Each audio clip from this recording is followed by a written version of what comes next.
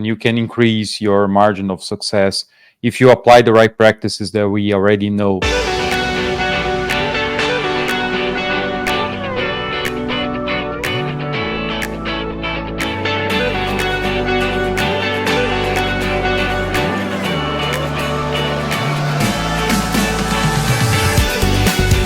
I'm a civil engineer, and I always wanted to go to the field when I was at school.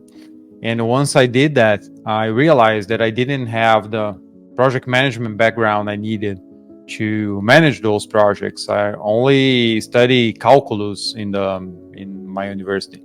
So I began this quest for looking for more knowledge to be more prepared for those challenges, especially in planning and uh, contract management, procurement, and also the soft skills, right? And then I went to a postgrad school where I found out about project management. It was back in 2002, which was pretty new by the time, especially in Brazil. And then once I saw that, I realized that this is what I need. I need to focus on project management. I need to study, and this will be those will be important tools for me to manage my projects. I wish I really knew that earlier. So this was the first point for me in my career that I decided to change. I said I don't want to work in those projects as I was doing until that point, because I was seeing that the construction companies were not well organized, and you only you didn't have the right structure. You go to the field, you do your best, and then you move on to the next project and the next project without planning, without good management.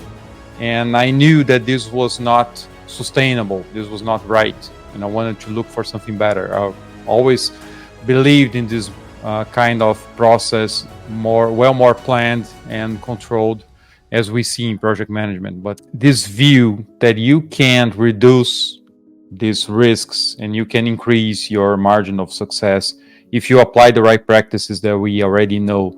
But what is the main challenge for project teams?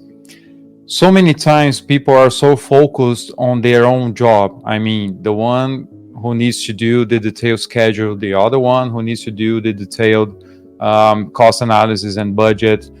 So we don't see so many professionals having this view, as you said, the strategic view, to first look at the strategic goal of that project and then understand when you are developing some things that are not aligned with this goal. For example, we are always rushing to get the project up to execution as fast as possible, but we have so many projects that are sensible to cost issues.